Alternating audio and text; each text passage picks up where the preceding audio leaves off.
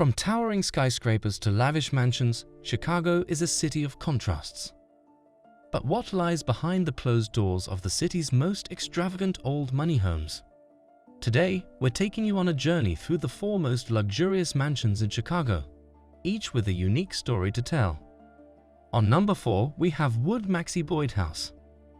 A historic home called the Wood Maxi Boyd House is located in Chicago's Prairie Avenue Historic District. John Van Ostel II, an architect, constructed it in 1870 for John Wood, a developer of real estate. The mansion was later owned by lawyer and politician Joseph Medill, who served as mayor of Chicago and founded the Chicago Tribune newspaper. The Italianate architectural style, which gained popularity in the middle of the 19th century, is used to create the Wood Maxi Boyd House. It has a low-pitched roof with broad eaves and a symmetrical front with a central doorway, large arched windows, and these elements. Limestone and brick make up the exterior of the building, while slate tiles cover the roof. The house contains a formal dining room, a large library, and a big entry hall with a grand staircase within. Ornate moldings, marble fireplaces, and hardwood flooring embellish the rooms. The Maxis and the Boyds are two well-known Chicago families who have owned the Wood Maxi Boyd House throughout the years. It is now a private home and is not accessible to the general public. However, the mansion's facade can be seen from the street, and it is regarded as a significant example of Chicago's Italianate style of architecture. Moving forward, we have Dew's House at number 3.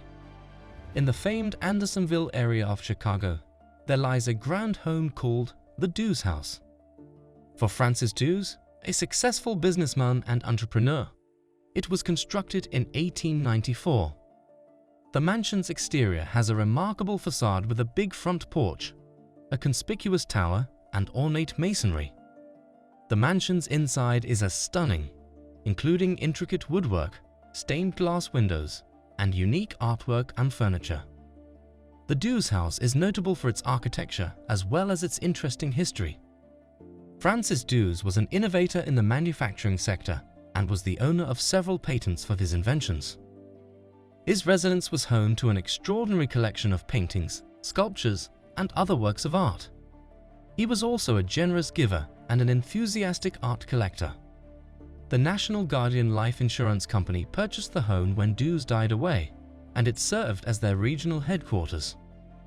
The Francis Dews Home Preservation Society was established by a group of concerned locals in the 1970s, just before the home was about to be demolished.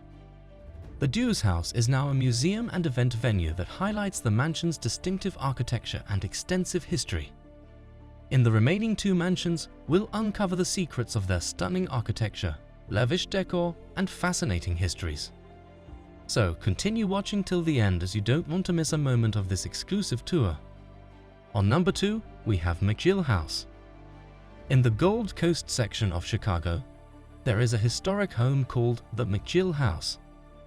It was built in 1891 for Canadian businessman Robert McGill, who made his fortune in the lumber industry.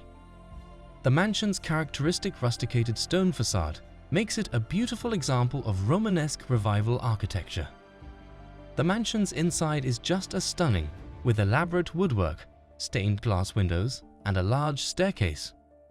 One of the biggest houses in Chicago at the time, the mansion contained 64 rooms in its original configuration, including 24 beds.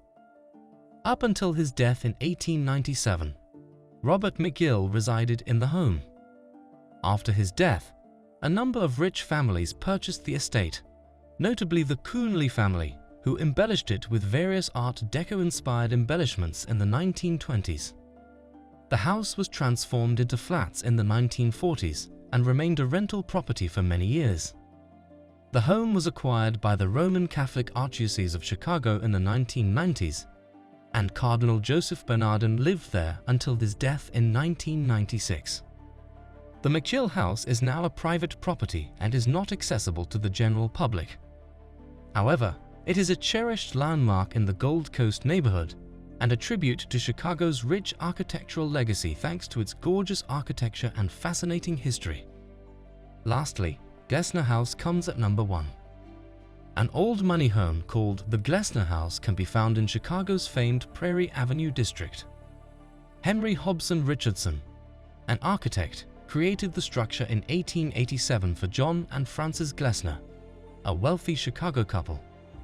The mansion's massive stone walls, rounded arches, and fine craftsmanship make it a masterwork of Richardsonian Romanesque architecture.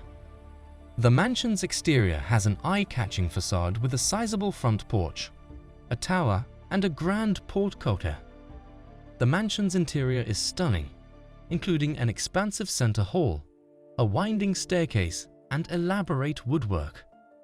Given that it was one of the few structures still standing after the Great Chicago Fire of 1871, the Glessner House has a fascinating history. Prior to being sold to the Chicago Women's Club in 1922, the Glessner family lived in the house for about 20 years.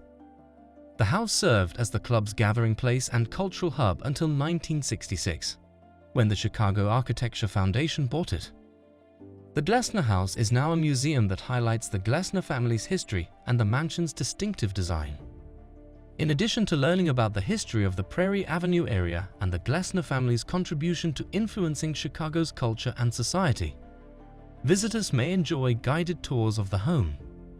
The Glessner House is a National Historic Landmark and is also listed on the National Register of Historic Places. We hope you enjoyed learning about Chicago's luxurious old mansions.